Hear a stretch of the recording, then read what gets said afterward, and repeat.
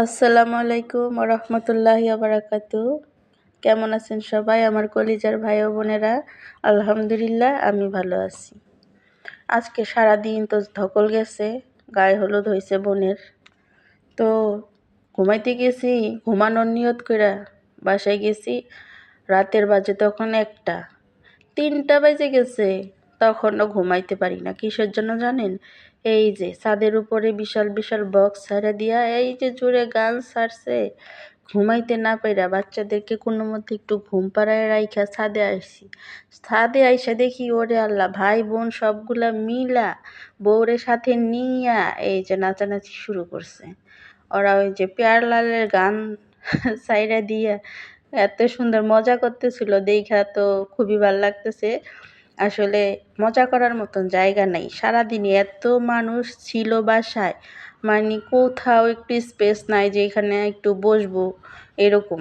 আর আমার তো কুলে সব সময় বাচ্চা থাকে, একজন না একজন আমার কুলে থাকি। আমি যখন রুম থেকে বের হই তো দুইজনই কান্না করে আমার সাথে বের হওয়ার জন্য।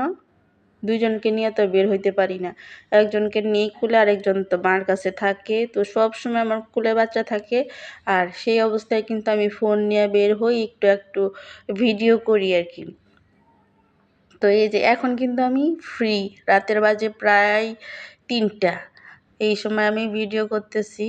শীতের ভিতর কুয়াশা, মানে বাসা ফাঁকা হয়েছে, তো মানুষজন চলে গেছে। এখন ওরা ওরা নিজেরা নিজেরা ভাই বোন সব হলো একটু মজা করতেছে। দেখেন কি সুন্দর কইরা, মানে এগুলো যখন দেখি তখন খুবই ভালো লাগে। কিন্তু যখন মনে পড়ে যে বিয়ে হয়ে গেলেই কালকে চলে যাব, তখন যে বুকের ভিতরে কীরকম একটা মোচড় দিয়ে ওঠে, এইটা মনে হয় যারা বিবাহিত মেয়ে আছে একমাত্র তারাই বলতে পারবে, আর কেউ এগুলা বুঝবে না। তো চলে আসলাম খাবারের প্যান্ডেলে, আমি আর আমার মেজো ছেলে, 2 মা ছেলে চলে আসছি। আমার বড় ছেলেও আসবে, কিন্তু ও নামাজে গেছে, নামাজ শেষ হইলে পরে ও আসবো। তো ওর জন্য আমি একটা চেয়ার ফাঁকা রেখে বসছি। তো বসার কিছুক্ষণ পরে এই যে চলে আসছে 7 আপ আর দিয়ে দিছিল মামপট। তো এই যে পুরা প্যান্ডেলটাই দেখাইতেছি, আমরাও আর কি প্রথম ব্যাচে বসে পড়ছি। আমি আমি হচ্ছে বাসায় ছিলাম, আজকে বের হই নাই, যেহেতু অনেক রাত্রে শুয়েছি, সেই জন্য ঘুম থেকে একটু দেরি করে উঠছি। উঠে দেখি যে বাসায় খালা খিচুড়ি দিয়ে আইছে, বলতেছে গরম গরম খায় নাও। তো খাওয়া দাওয়ার পরে একটু গোছগাছ হইতে রেডি টেডি হইতেই বেলা হয়ে গেছে অনেক। তো তারপরে সালাদ দিয়ে দিছিল, পোলাও, সাথে ছিল কাঠি কাবাব আর আছে রোস্ট, তো এই দিয়ে খাইতেছিলাম।